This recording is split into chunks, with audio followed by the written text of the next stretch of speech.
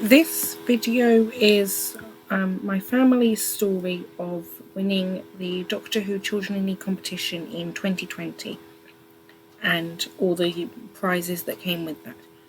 But this was recorded in November 2021, and my dad works for the local community radio station, so that's what this was recorded for. But I have re-edited it for this, and apologies for any dodgy audio. It was recorded online as I was at university at the time. And I didn't do this earlier, partly as we were asked not to post pictures everywhere, but as Power of the Doctor's now being broadcast, that's not an issue. But when I went to do it after Power of the Doctor, I sort of went, no one's interested anymore, it's old news. But I mentioned it in the comments of a Who's There a Doctor Who podcast episode, and Troy and Crispy made me realise people actually would still be interested. So I did actually end up keeping in all this stuff at the end about predictions for the centenary, which obviously isn't relevant anymore, but I just stick all the other photos that I couldn't fit in earlier over it. I don't think Russell had even been confirmed to be returning, and Tennant definitely hadn't, as you can tell from what I say when I reference that. I also didn't correct my dad as much as I should have throughout this recording. I was a guest on his show, so I didn't jump in as much as I probably should have. He likes to think he's a Doctor Who expert, but, well, you'll see by the end that he doesn't know as much as he thinks he does, as he gets a number of things wrong, and mispronounces and forgets a number of things. So I've added a number of photos and additional information over it. The photos majority only contain me. There is one with my dad, and not all of the photos are mine. A number are from the thing, but a number of other ones are from the internet. For instance, the pictures of the prizes, we didn't take great pictures, so I don't own those photos. I have got footage of vlogs throughout the prizes, so I vlogged saying like, oh, we're doing this bit in like half an hour, and I've got some footage from around the TARDIS, and even unpacking the box of prizes that I might do something with if I can stop cringing at some of my old vlogs long enough to edit them. So, enjoy. Hello, I'm Clive Glover, and this time I'm joined by Sarah, who is my daughter. Hello. Now, we're going to talk about something special today, which happened to us really a year ago, almost exactly a year ago, I think. And why don't you start, Sarah, telling us what happened to you to start with? Well, it was, we were watching Children in Need and they announced their Doctor Who competition and we were interested, but it came to the closing date and we totally forgotten to enter, and then we remembered that it was like closing in half an hour's time, and I don't get phone signal in our house. I have no idea why, but I could not get the message to send. So it was like 5 minutes to the closing time. I ran into your office and just went, "Thanks this number, this now." Right, so I did that because I use a different phone network, so mine works in the house. And I basically sent off a couple of texts, I think 2 or 3 to this. Yeah, you just had to text doctor or something to a certain number.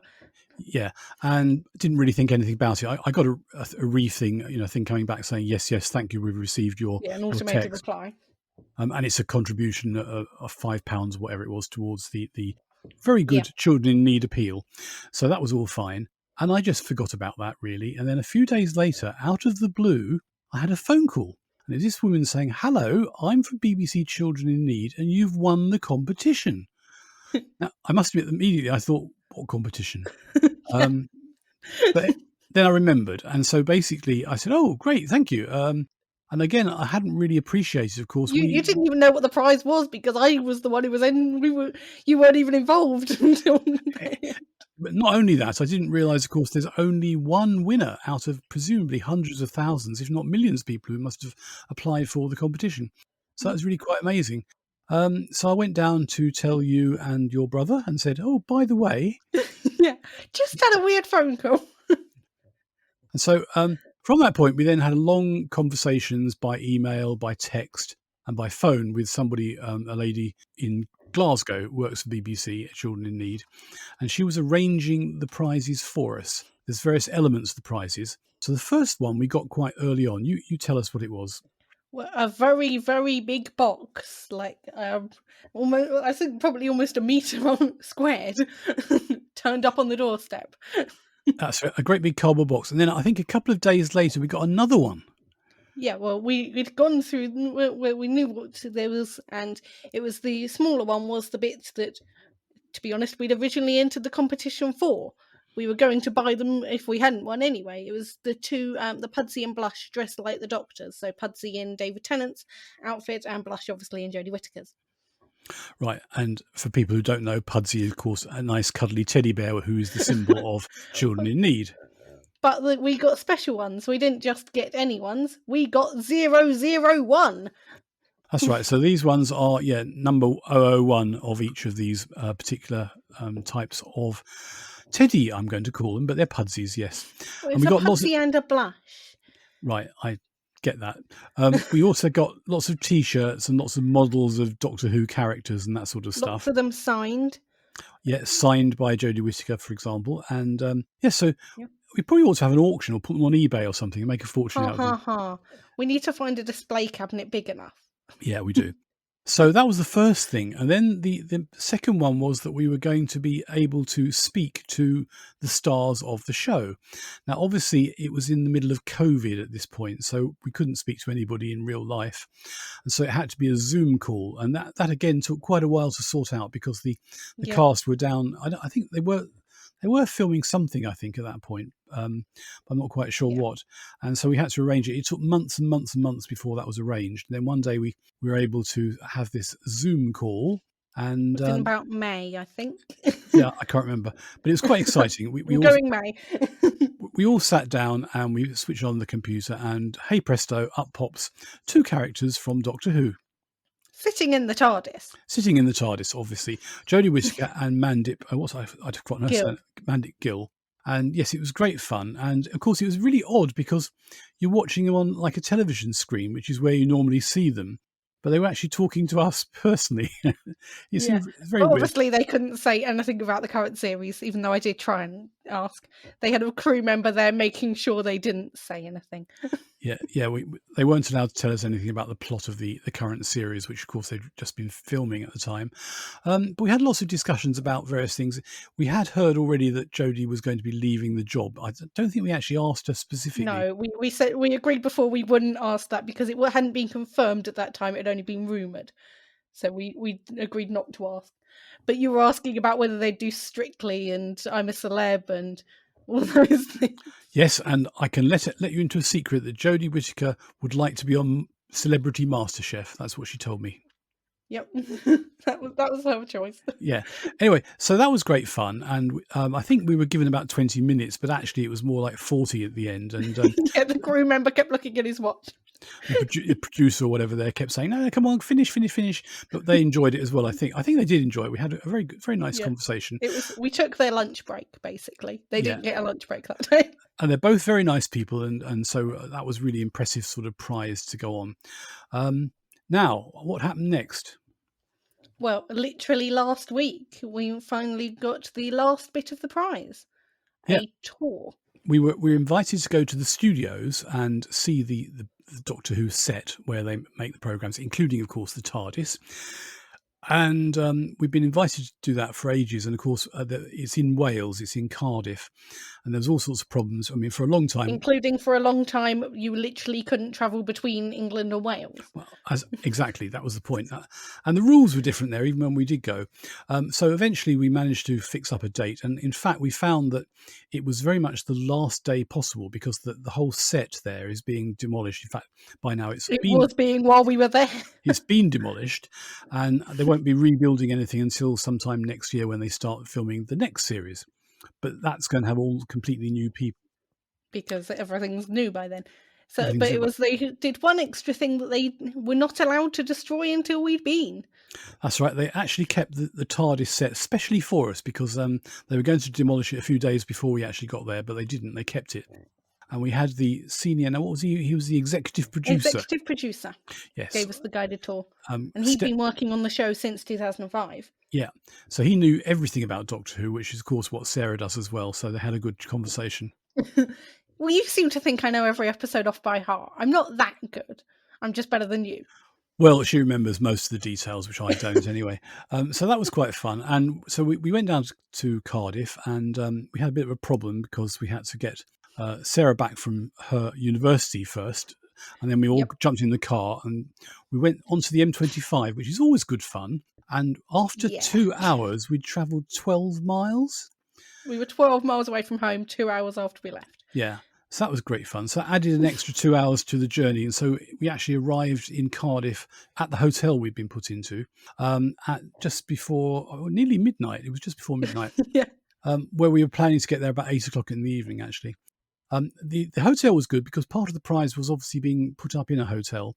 And they put us up in the best hotel in Cardiff. It's a 5-star one on the bay. Literally, the bay is out the window. That's you right. drop something and it would fall in the sea. And it's a fantastic view, but we got there at midnight, so we just went basically straight to bed. Woke up in the morning, went and had our lovely breakfast, and then whizzed off to the BBC studio, which was a sort of 20-minute walk away. Yeah.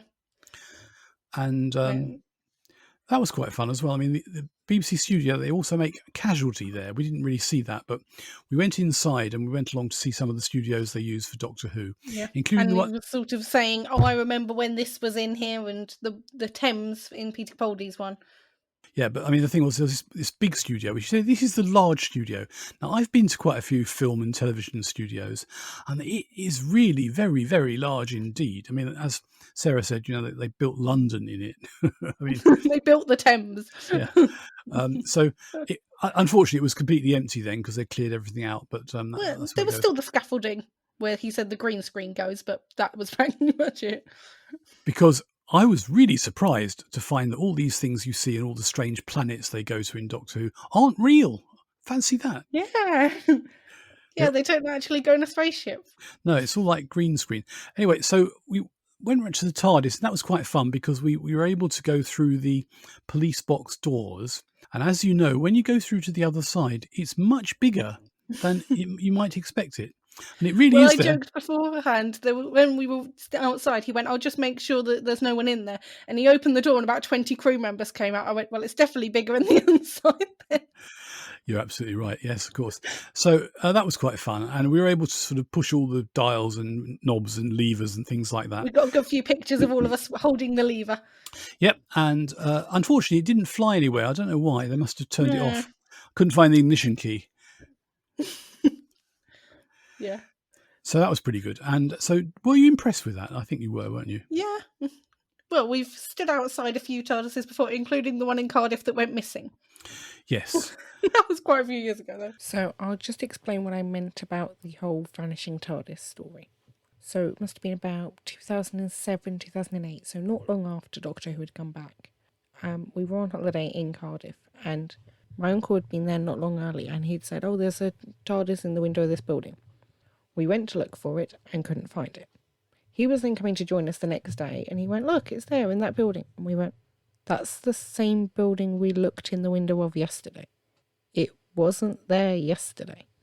So it's a running joke in our family that obviously the Doctor popped in that day and took the TARDIS off and came back.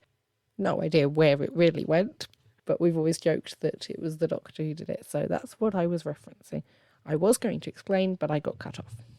And then as the sort of finale for all of this, we were invited to go upstairs to the production office, which was quite a big office, I reckon room for about 20 or 30 people.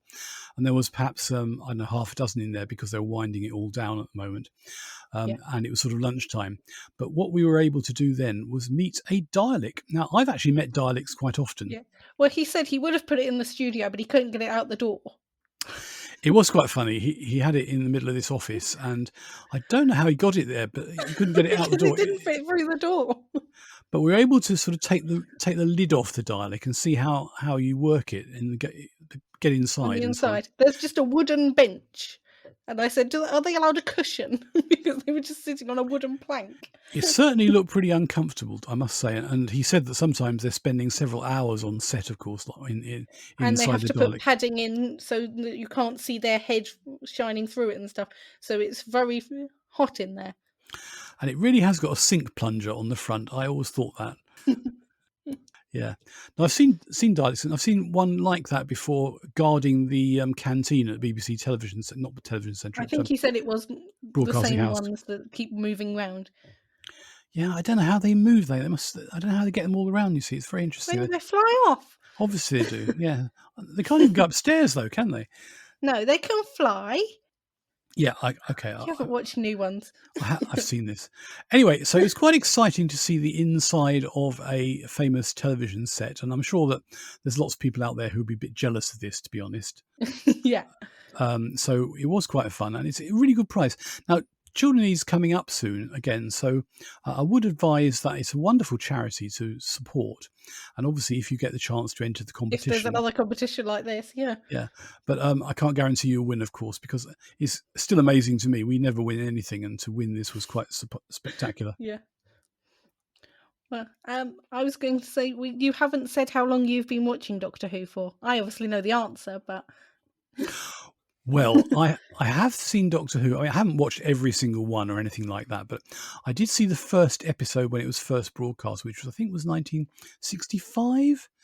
I was quite young then. something like that, yeah. Yeah, and I do remember it because it was actually very. If you look in, I'm sure Wikipedia's got this, but it was the first television program to come back on air after they closed down all television service for about 24 hours or more after the assassination of President Kennedy.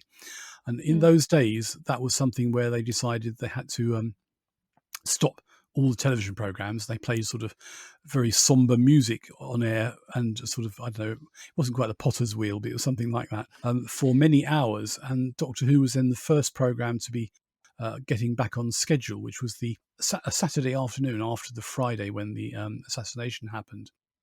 So that was also a very significant point. And if you've ever seen the documentary, which in fact people we met there said they made it in that studio anyway, the one was Adventures in Space and Time. Yeah. It was broadcast made around the 50th. About the 50th anniversary of Doctor Who a few years ago, and that told the story of how the program was made, and it was all a bit haphazard, and it was originally going to be lasting for 6 weeks. Yeah. Wasn't ever planned to be very long term. That's right. Yes, well, one of the things we discovered when we were there was they had been recording the day before some pieces for the special edition, which is going to be sometime next year in 2022. Yeah. And that's the one which is, I don't know why it's special. Obviously, it's when Jodie's probably going to be leaving. Yes.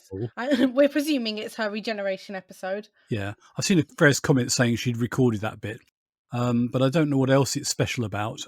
It's presumably... It's called the centenary. Yeah, because it's not obviously 100 years before or since anything, so I don't know why they're calling it the centenary. So we'll have to wait to find out. I imagine that's probably not till next autumn, actually, they're going to be showing that. Yeah, it might even be the Christmas or New Year special. I'm not sure. Yes.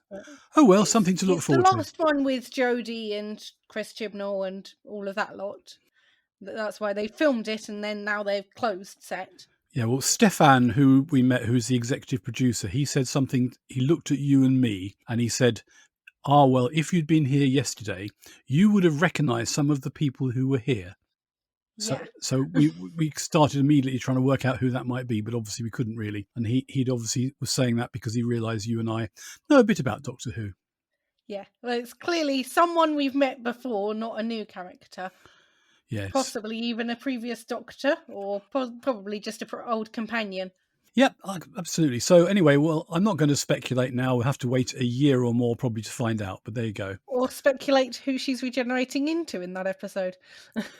Oh, well, of course, even I know there's lots of people speculating on that, possibly going back to another person who played the Doctor in the past. Yeah, every single time they're going to regenerate back into David Tennant, apparently. Yeah, I know. That's what people want, you see, because he's the most popular. Yeah. Oh, well, why don't they want him to regenerate back into Tom Baker, then? I think he's getting a bit old now, but I suppose... they have replaced people by someone who looks a bit like them, haven't they, in some of the programmes they've done? Well, when they're not around, you can't still have William Hartnell playing the first Doctor. Exactly. Anyway... 60's not far off. Absolutely. So we did learn a few little secrets, and we haven't told anybody at all, have we? Oh, no. Just told you. No, he said that was confirmed. I know. So that's something to look forward to. And yeah, it's all very exciting, actually, see how a television programme like that is made. And you can see also how many people. I think I asked how many people were actually involved in the production. It was something like 120. Yeah, he said 120, and I said, well, how many of those would be on the set at one time? And he's like, sometimes you need pretty much all of them. Obviously, some of those 120 just like build the sets, but then if the set collapses, you need them then back on set. The set doesn't collapse because they've got all the health and safety rules You know sorted what I out. mean? If something falls off, you need the person who built it to be able to stick it back on. You're not going to ask a cameraman to stick it back on, are you? I suppose not.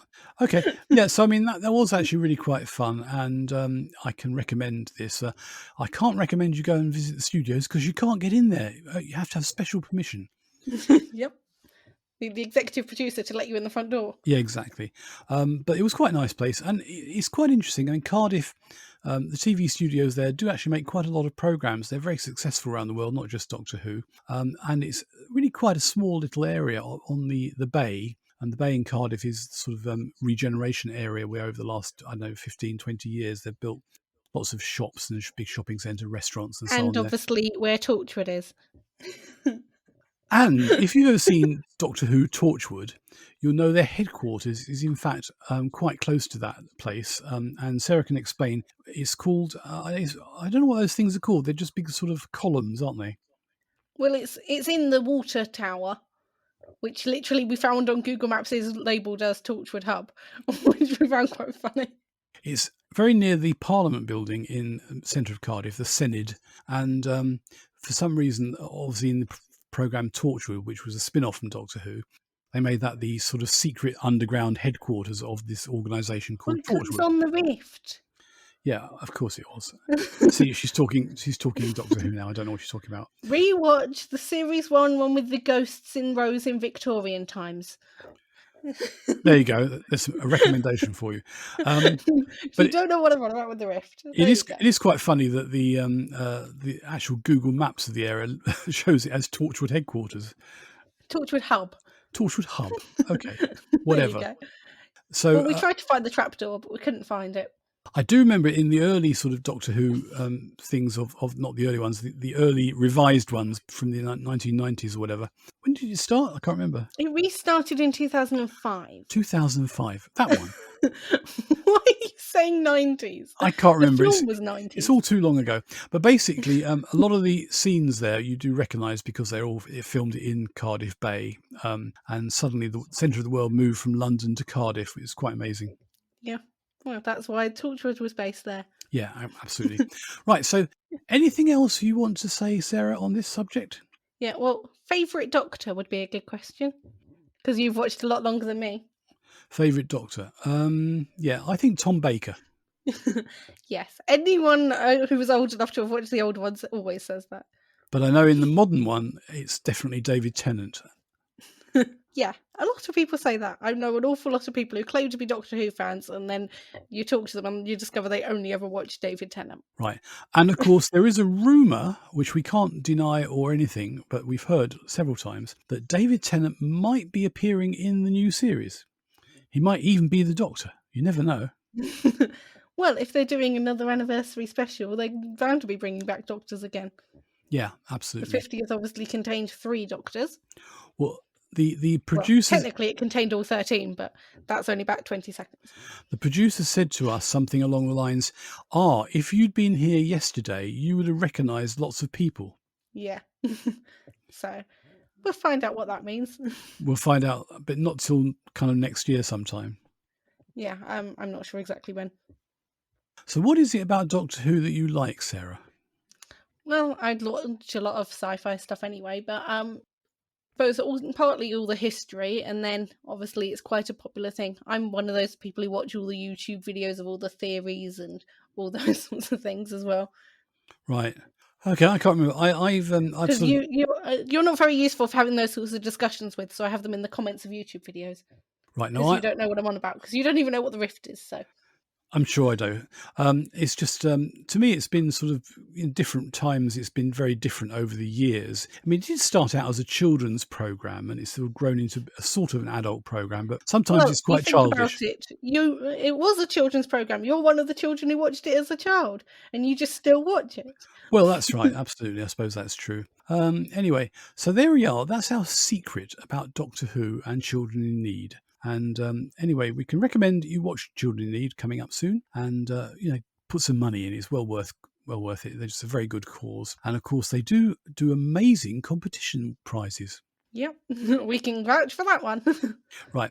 Anyway, thank you, Sarah. That's been very helpful to talk about, and thank you for listening. And I don't know if you found that interesting or not, but these things do happen to anybody. Depends if you're a Doctor Who fan. Well, just being the winner of a prize like that with so many people entering and just being the winner is just amazing to me still. I can't quite work out how it happened. No, I've not at all. Someone has to win. Yeah, absolutely. So we went and bought all those lottery tickets the day after. No, we didn't. Yeah. Okay, thanks for listening anyway. Bye.